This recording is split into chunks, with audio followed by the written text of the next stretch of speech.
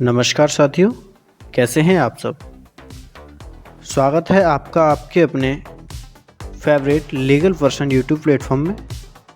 आज हम जानेंगे सीआरपीसी की धारा 125 के बारे में। क्या है सीआरपीसी की धारा 125 तथा ये क्या प्रावधान करती है।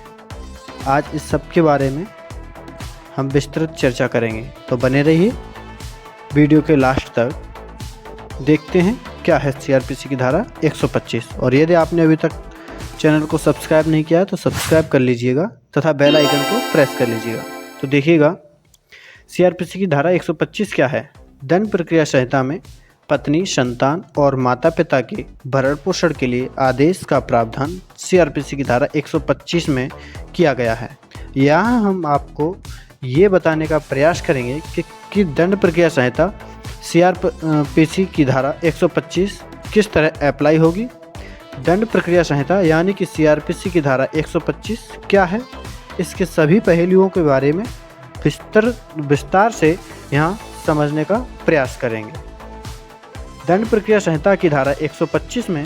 पत्नी, संतान और माता पिता के भरण पोषण के लिए आदेश के बारे में क्या प्रावधान बताए गए हैं, इसके बारे में पूर्ण रूप से इस धारा में चर्चा की गई है। साथ ही दंड प्रक्रिया संहिता सीआरपीसी की धारा 125 कब नहीं लागू होगी ये भी बताया गया है, इसको भी यहाँ जानेंगे। सीआरपीसी दंड प्रक्रिया संहिता की धारा 125 के अनुसार पत्नी, संतान और माता पिता के भरण पोषण के लिए आदेश। अब देखते हैं क्या है वो आदेश, किन किन परिस्थितियों में क्या क्या आदेश हैं। देखिए, नंबर 1 है यदि पर्याप्त साधनों वाला कोई व्यक्ति का जो अपनी पत्नी का जो अपना भरण पोषण करने में असमर्थ है या का है अपनी धर्मज या अधर्मज अवयस्क संतान का, चाहे विवाहित हो या न हो, जो अपना भरण पोषण करने में असमर्थ है, या गणम अपनी धर्मज या अधर्मज संतान का जो विवाहित पुत्री नहीं है जिसने वयस्कता प्राप्त कर ली है, जहां ऐसी संतान किसी शारीरिक या मानसिक असामान्यता या क्षति के कारण अपना भरण पोषण करने में असमर्थ है, या घ अपने पिता या माता का जो अपना भरण पोषण करने में असमर्थ हैं, भरण पोषण करने में इच्छा करता है या भरण पोषण करने से इनकार करता है, तो प्रथम वर्ग मजिस्ट्रेट, इस लाइन को अंडरलाइन कर लीजिएगा कि प्रथम वर्ग मजिस्ट्रेट ऐसी उपेक्षा या इनकार से के साबित हो जाने पर ऐसे व्यक्ति को यह निर्देश दे सकता है कि वह अपनी पत्नी या ऐसी संतान, माता या पिता के भरण पोषण के लिए ऐसी मासिक दर पर, जिसे मजिस्ट्रेट ठीक समझे, मासिक भत्ता दे और उस भत्ते का संदाय ऐसे व्यक्ति को करे जिसको संदाय करने का मजिस्ट्रेट समय समय पर निर्देश दे। परंतु मजिस्ट्रेट खंड खा में निर्दिष्ट अवयस्क पुत्री के पिता को निर्देश दे सकता है कि वह उस समय तक ऐसा भत्ता दे जब तक वह वयस्क नहीं हो जाती है। यदि मजिस्ट्रेट का समाधान हो जाता है कि ऐसी अवयस्क पुत्री के यदि वह विवाहित हो, पति के पास पर्याप्त साधन नहीं हैं, परंतु यह और कि मजिस्ट्रेट इस उपधारा के अधीन भरण पोषण के लिए मासिक भत्ते के संबंध में कार्यवाही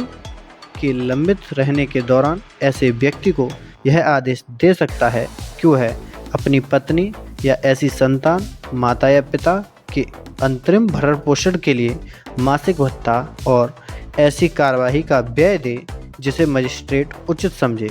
और ऐसे व्यक्ति को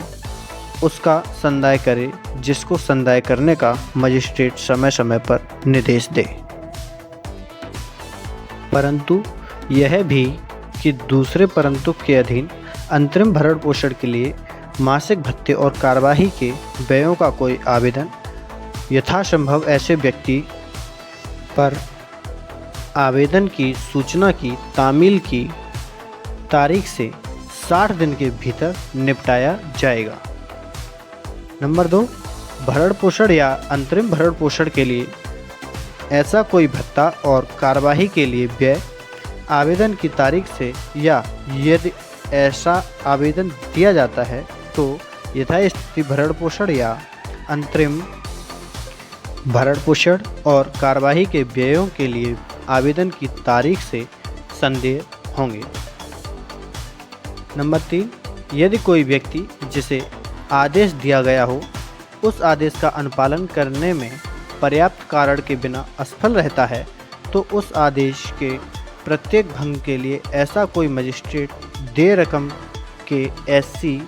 रीत से उद्घृत किए जाने के लिए वारंट जारी कर सकता है जैसी रीत जुर्माने उद्घृत करने के लिए उपबंधित है और उस वारंट के निष्पादन के पश्चात प्रत्येक मास के न चुकाए गए यथास्थिति भरण पोषण या अंतरिम भरण पोषण के लिए पूरे भत्ते और कार्यवाही के व्यय या उसके किसी भाग के लिए ऐसे व्यक्ति को 1 मास तक की अवधि के लिए अथवा यदि वह उससे पूर्व चुका दिया जाता है तो चुका देने के समय तक के लिए कारावास का दंडादेश दे सकता है। परंतु इस धारा के अधीन देय किसी रकम की वसूली के लिए कोई वारंट तब तक जारी न किया जाएगा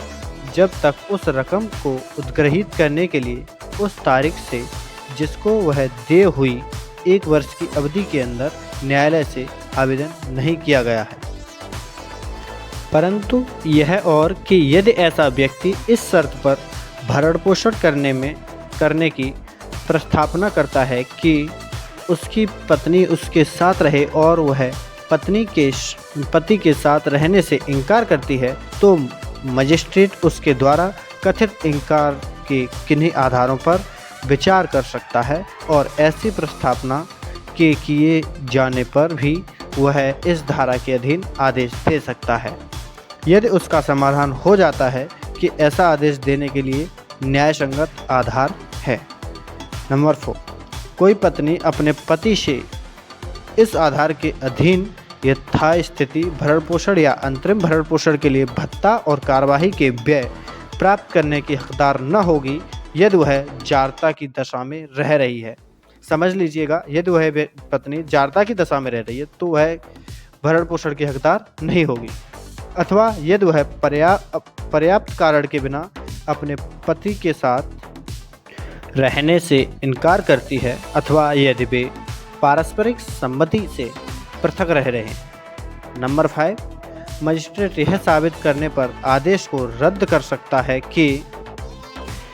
कोई पत्नी जिसके पक्ष में इस धारा के अधीन आदेश दिया गया है जारता की दशा में रह रही है अथवा